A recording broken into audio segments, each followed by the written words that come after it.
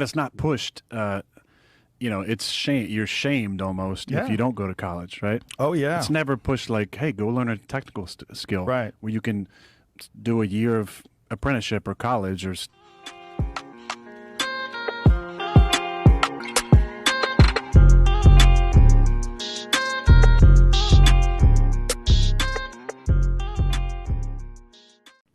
All right, guys. So Aaron Rodgers had the opportunity to sit down with Austinite Joe Rogan. As a fellow Austinite, of course I have to tune into this podcast. Of course I got to see Joe Rogan and Aaron Rodgers debate everything from COVID to his college professors to talk about his life in the NFL. So C Money and I break it all down. Enjoy.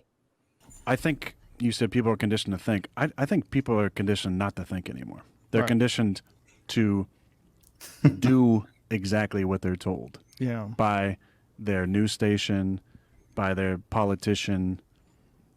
People don't want to think for themselves anymore. Well, they're conditioned at work. Think about if you have a job. The majority of people in this country have a job where you have a boss. The bosses are a very small minority. The majority of people work for that boss. If you work for a corporation, they have very strict rules that they'd like you to follow. There's behavior rules, there's language rules, there's dress rules, there's, rules about the time you're supposed to be there and the amount of work you're supposed to do and what you're supposed to take home and what's required of you. People are conditioned to have someone tell them what they can and can't do. What's your takeaway? I mean, it's true. Just everybody has like a different job. Everybody works for a different corporation. Luckily, there are corporations that were less strict during all this stuff that's going on. So, and there are some corporations that would give them free will, but then there's also the ones that were super strict, very strict. Well, I don't think I think, are you under perception they're still talking about COVID regulations here? That's what I think in the workplace and how it's affected everybody. That's what I'm under the assumption of. Yeah, I'm not sure if they moved on from this topic or not. Just for the viewer's perspective, we're kind of like watching this in different bits. Right now, this particular segment is Rogan and Rodgers talking about kind of the 9-to-5 lifestyle and people making up their own free will and decisions. I agree in principle of kind of what they're saying in terms of being conditioned, kind of being in the rat race of the 9-to-5 job, to always kind of like being under someone's thumb. And we have essentially been doing that since, we were kids. Obviously, we had our parents that we looked up to, and our parents would tell us what to do. And that was fine because you respected your parents and you knew they were guiding you in the right direction. Sometimes it's not as cut and dry once you get into adult life because you don't always know if your boss or superior has your best interest in mind, or they're just trying to achieve their ends. Which, I've been in jobs in the past where that's been the case. Like the higher ups could care little about the people below them, and it was mostly about just making sure that the job got done. And I could see where a lot of people kind of get preyed on in that type of environment, because if they're just trying to be a worker bee or trying to pay the bills, trying to just make it to the weekend, because everybody's working for the weekend, right? Then that's the type of mindset that could kind of become a trap. And I think, that's, for me personally, I understand trying to escape that trap. It's not easy. It's hard to do. It's like really once you get into a routine, once you get into a place you like, once you get into a situation you grow comfortable in, it's so hard to get out of it. So I agree. I agree with what Rodgers and I agree with what Rogan are saying in this particular little bit. Let's listen on. And then they get off on Friday and they can't wait to get drunk. And that's part of why they want to get drunk, is they want to escape. They want to escape this grind of a world. A person who can become autonomous, a person who can have their own job where it's their business or it's their product that they're selling or their art that they're selling, or there's something where you can be self-sufficient. That is the biggest freedom that a person can have in this culture. And most people don't have that freedom. So most people are conditioned to have someone lay the rules out for them, Joe, speaking tell to my them when soul they're right supposed now. to be there, tell them what they get when they work for an hour. That most people don't have the ability to just think for themselves. It's been taken away from them because they want to make a living. Mm-hmm. Yeah, then you get into student loans, Well, that's the craziest one, right? Because you can't even get rid of those. right? Every other you drop right, dead. You still have every to other pay them. loan, Yeah, you can go bankrupt. you can bankrupt, Yeah, except for student loans. I know of people that are getting Social Security docked. Their Social Security money is being docked because they owe student loans. So that you're ridiculous? at the finish line. It's the end of your life. And you owe money for loans you took out when you were 18. And now you're 65. That's a rough way to leave this life. It's a rough, and the amount of interest based on it. I was reading about this woman who took out $150,000 in student loans, and now she owes $250,000 because of all the interest and all the time. yeah. And how much over the course of that loan? What are you paying? Like Right. 7 figures for sure, right? Fucking Off of that. crazy. I mean, it's a fucking business. And Student loans, yeah, those definitely will put you in a hole. Like graduating a few years ago now, so I'm 5 years removed from college, and no end in sight on the student loans. I will say this, and this is probably one of my more liberal positions, my more democratic positions, is I'm okay with the student loan debt being relieved. And I know personally, obviously, we just got the big news this week. It looks like anywhere from 20,000. But what I will say, though, and I know one of the biggest pushbacks is, well, who's paying this? Where's this money coming from? You have to replace that debt. Aren't we going to answer why is college so damn expensive? That's part of the problem. If college wasn't so damn expensive for everyone, and it sucks that some kids just get robbed of the college experience just because of the cost of going to college, how it just keeps going up and up and up and up and up. And at the same time, while I do respect that you can make a living without a college degree, it's becoming more of a necessity. You can't really just opt out of not having a college degree, because you will get turned down from so many jobs. And sure, you could go to trade school, you could become a plumber, you could become AC repair person, and those are all fine jobs, but they're not for necessarily everyone.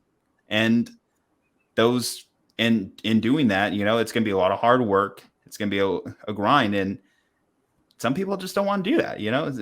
I think that some people, they need a degree for their job. Let's say they want to be a lawyer or a doctor or a really successful entrepreneur or something. It really helps to have that college degree, because it's going to open up so many doorways for you. Yeah, like, not gonna lie, a lot of like young kids nowadays are like, they're lost now because of how expensive college has gotten. And I just tell them, like, look into community colleges, look into a trade that you can see getting big. So one trade that I think is going to be bigger than ever is mechanics, but for electric vehicles. Look into that. Look into getting into that. Look into getting into Tesla, General Motors, because now they're all doing electric vehicles now. That right there alone, you can make a really good living without getting a college degree.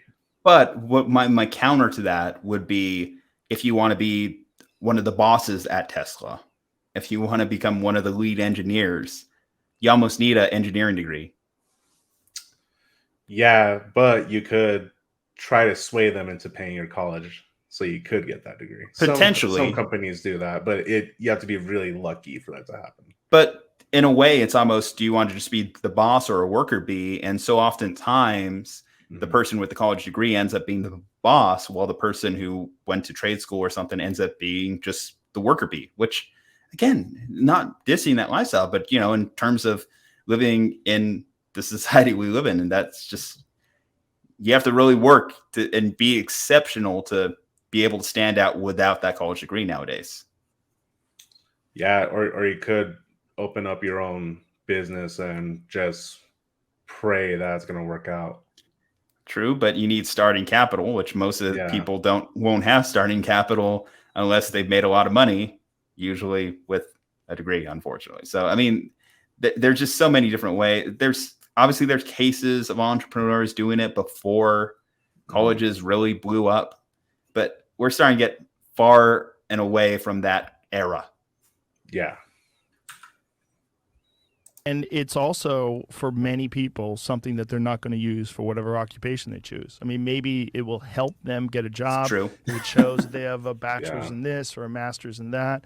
But there's a large amount of people out there that are out there working in a field that is not even their field of study in college. So they have this student loan that didn't even apply to what they wound up doing for a living, and then they have to pay it off forever.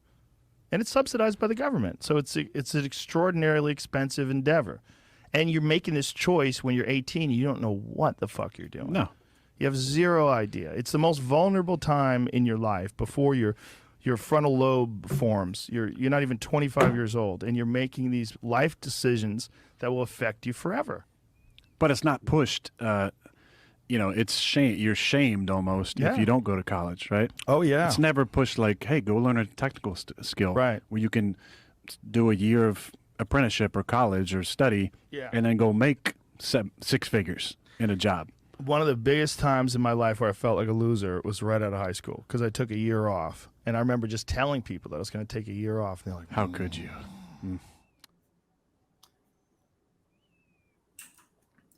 On one hand, I hear what Joe's saying at the end, but Joe Rogan also is Joe Rogan.